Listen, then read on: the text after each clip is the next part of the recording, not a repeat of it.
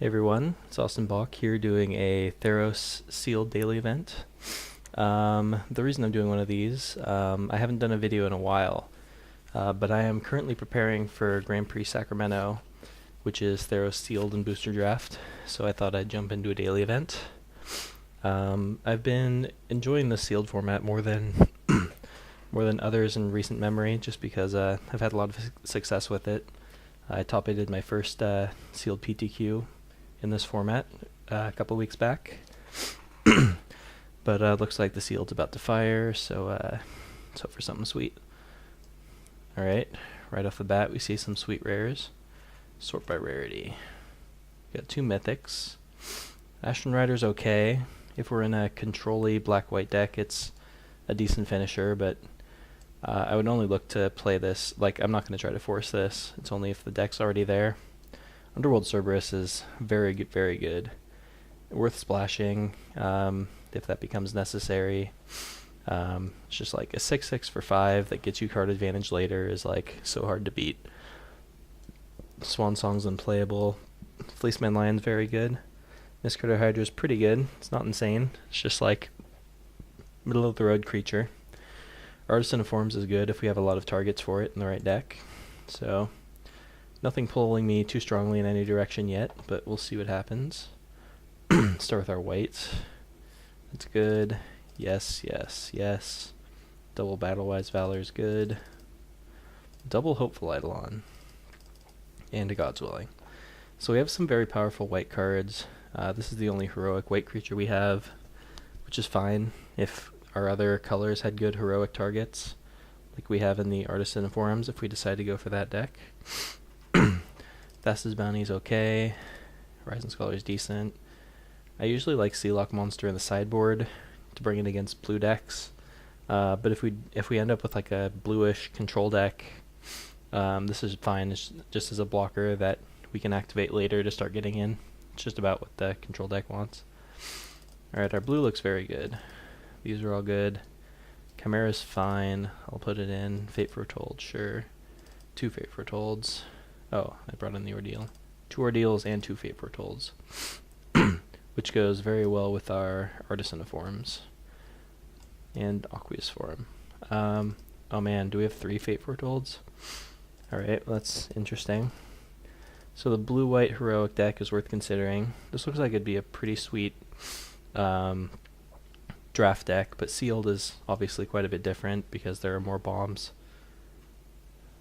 Double Gray Merchant, sweet. Yeah.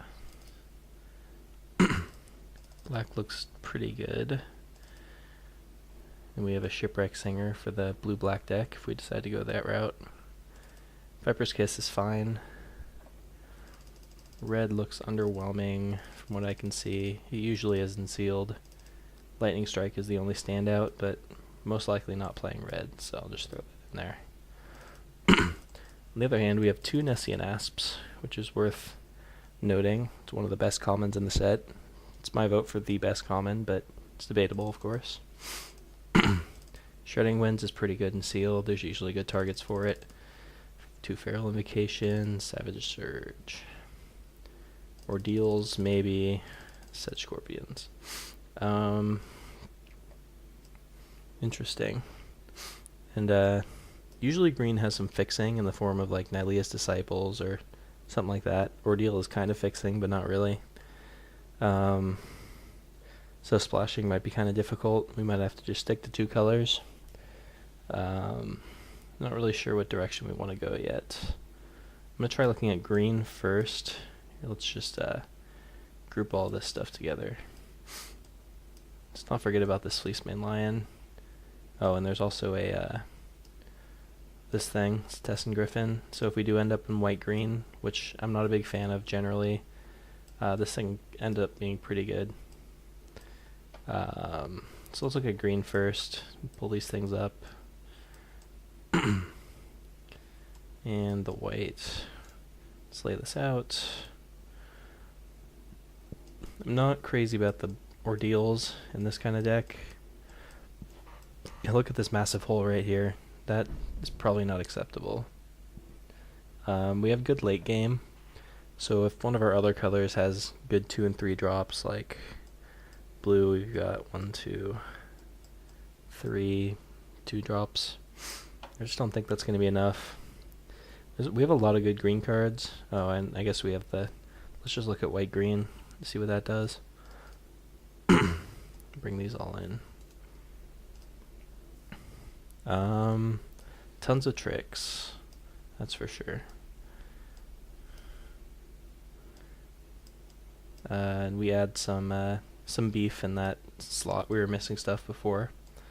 Problem is we have so many good things to target our guys with, but we only have this one heroic creature that I don't know if it's going to be worth it to go all in on this strategy. Yeah, I'm not loving this. Go back to color. Yeah, like these colors just don't really mesh well together as it stands right now. I'm going to take a look at green-black next, because we have some good green. Problem is it looks like all our good black is in the late game. So I'm just going to take these ordeals out right now, because it's pretty clear I'm not going to be playing these. And the Fleeceman Lion. So we have a removal spell and Sip of Hemlock. We have a Shredding Winds. This is like a 6-drop. So we have sort of the same problem where our early game is very, very weak, but our late game is pretty good. I'm starting to think it's just green is the weak link here. Like, our black is pretty solid. Like, look at this. Like, it kind of matches the green at every spot on the curve. Plus, we have better options for that kind of thing. So, let's pull that out. I want to try looking at black-blue. Probably in. Shipwreck Singer's in. Yeah. Oh man, look at all these 2-drops. So probably taking out all the Fate Foretold's. 18 creatures is a lot. I wasn't expecting that. So we have a little bit of removal, which is good. We're missing out on 3 drops, which is kind of a problem. Ordeals actually look pretty solid in this deck, because we've got the Artisan, we've got the Vaporkin. Even Omen Speaker wears an Ordeal pretty well. I'm just concerned about opposing Death Touch creatures or something like that. These Return Centaurs probably aren't going to make the cut, because we don't have any Graveyard Synergies at the moment. So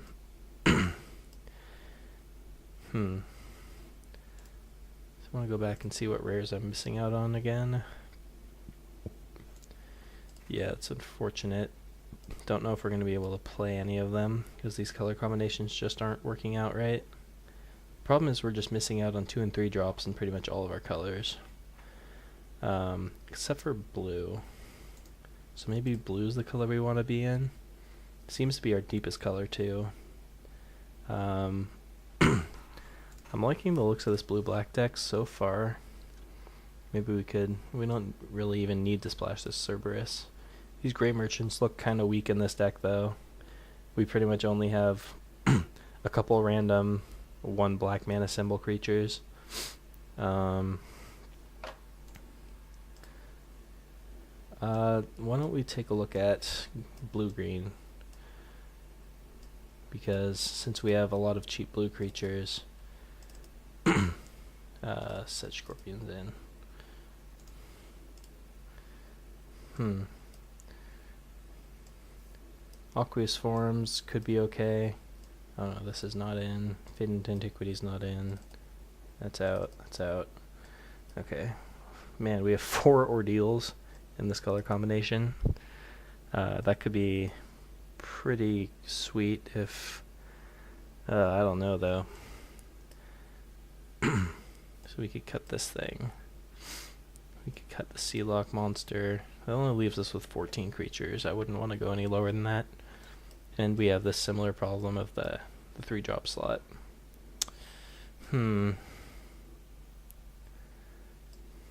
Yeah, this is a very strange pool that we've opened.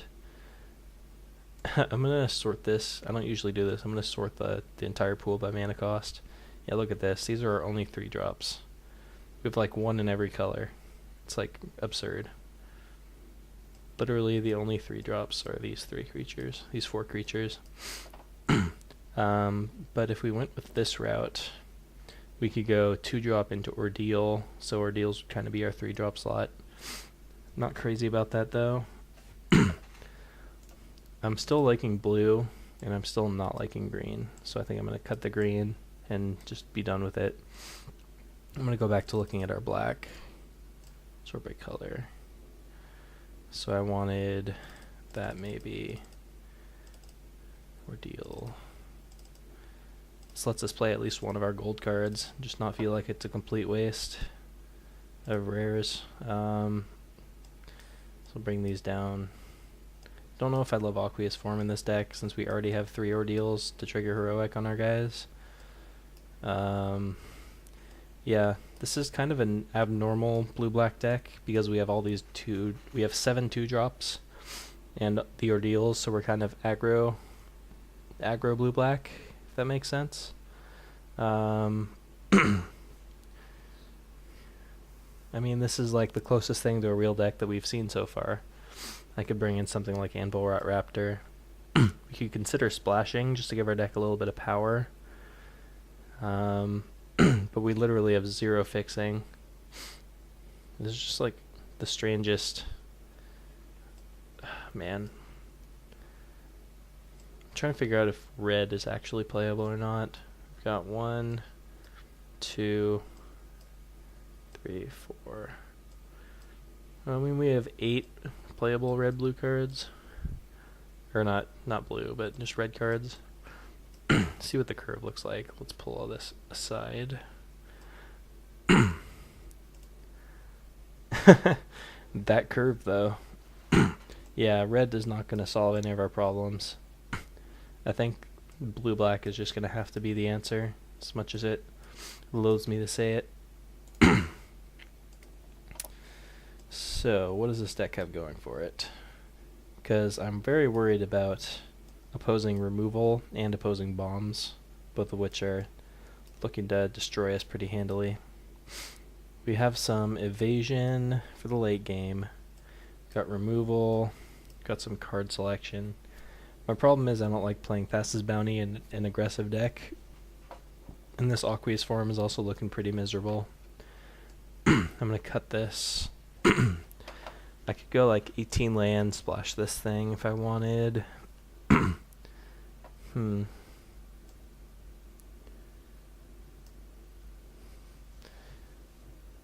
Taking a second look at white.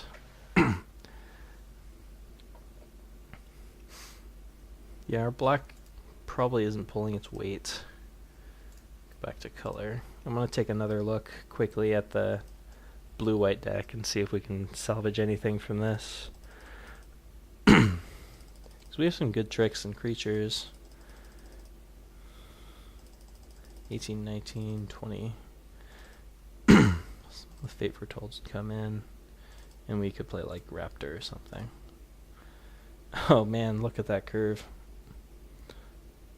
So these come down, these are over here. No, I think we're just gonna have to stick to blue-black. Just like kind of a weak pool, just like awkward pool really. We have some powerful stuff, but there's really just not much we can do about that. These gray merchants are just gonna have to be value Pillarfield Oxes. We'll have to get there by other means.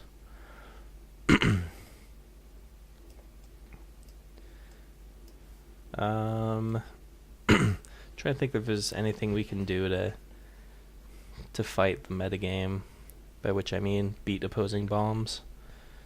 There's not a whole lot we could do about something like Elspeth, obviously.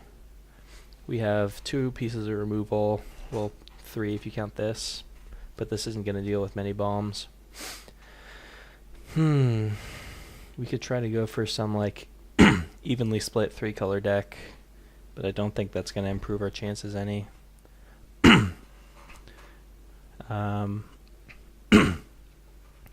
And none of the holes that we have are being filled by any particular color. I feel like this is the best we're going to get. Yep. I think I'm just going to have to go with this. I have the raptor in here. I feel like I cut something by accident. Play the Sealock monster to give us a little bit of late game. It's probably fine. What do I want to cut? No, I'll leave it in the sideboard. I think we have enough evasion as it is. So, probably want to go 8 swamps. Or 9 swamps. Okay. So yeah, I feel like this is making the most of our pool. We can make use of all the ordeals we have and try to maximize our chances by stealing wins that from decks that are better than us. I have a sinking feeling that if if this was my deck at the GP, I probably would not be making day 2. But you never know. Maybe I'm missing some internal synergies that this deck has that can put us over the top. And I mean, we certainly have some tricks, like the Artisaniforms. Doesn't look like we have any instant speed ways to target it, but there's nothing else in our colors. We could also play something like Stymied Hopes, but I'm not too crazy about that idea. We could like side it in against a slower deck that's looking to be getting to the late game and tapping out for their big threats. Other than that, don't think there's a whole lot we need to change from this. So we will just submit it like this and hope to salvage a few packs.